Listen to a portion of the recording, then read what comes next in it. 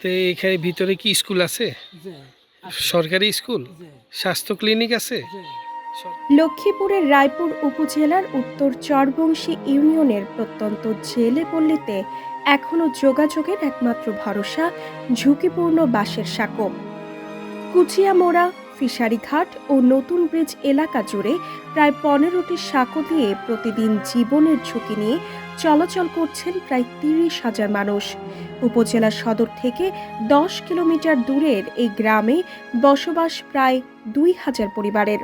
জেলে ও কৃষি নির্ভর মানুষ ন্যূনতম যোগাযোগ ব্যবস্থা না থাকায় চরম দুর্ভোগে দিন কাটাচ্ছেন। গ্রামের মাঝ দিয়ে প্রবাহিত ডাকাতিয়া নদীর সংযোগ খাল এলাকাটিকে বিচ্ছিন্ন করে রেখেছে। স্থানীয়রা নিজ উদ্যোগে বাঁশের সাঁকো নির্মাণ করলেও বর্ষায় তা হয়ে ওঠে মরণ ফাঁদ। স্কুল পড়ুয়া শিশুদের জীবনের ঝুঁকি নিয়েই প্রতিদিন সাঁকো পার হতে হয়।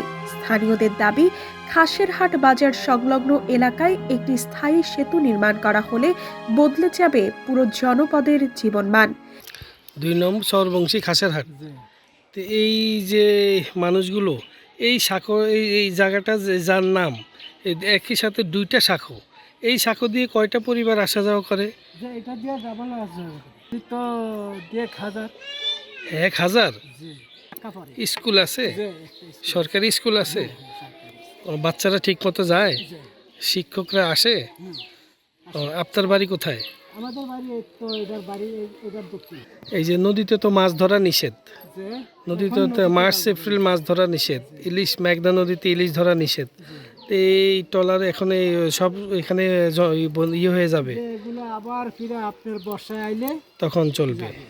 এলজিইডি কর্তৃপক্ষ জানিয়েছে, সেতু নির্মাণের প্রস্তাব পাঠানো হয়েছে। বাজেট অনুমোদন পেলেই শুরু হবে কাজ।